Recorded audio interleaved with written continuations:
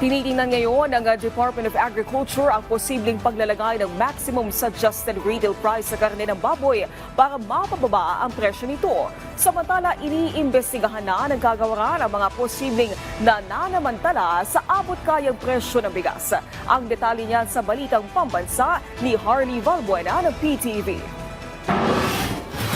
Pinaiimbestigahan na ng Department of Agriculture ang mga nananamantala o nandaraya sa presyo ng bigas na nagbunga ng extraordinary prices at nagmitsa sa pagdedeklara ng Food Security Emergency on Rice.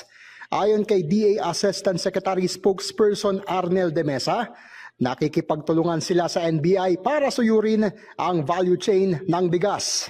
Nag-utos na actually ang mga miyembro ng ating komite na imbestigahan through the National Bureau of Investigation sino yung mga posibleng nananamantala sa buong value chain, magmula pa sa importer, sa trader, sa wholesaler, hanggang sa retailer ng bigas.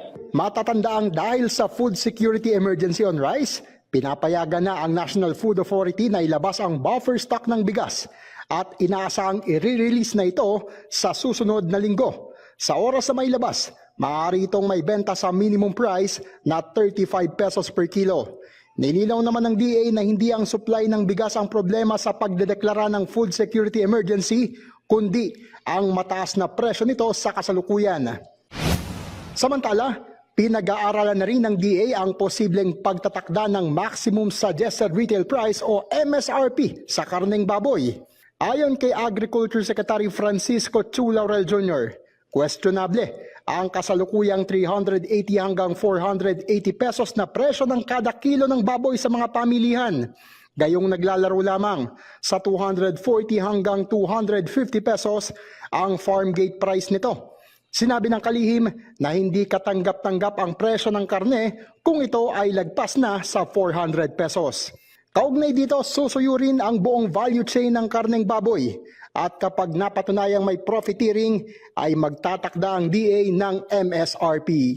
We're currently studying that and digging deep doon sa buong value chain ng pork, at makita na kung makita natin kung talagang may profiteering ba o wala. Kung if we have identified na may profiteering yan, then definitely we will be doing an MSRP also for pork.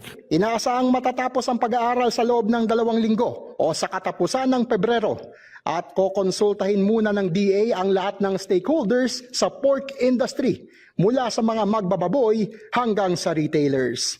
Mula PTV, Harley Valbuena para sa Balitang Pambansa.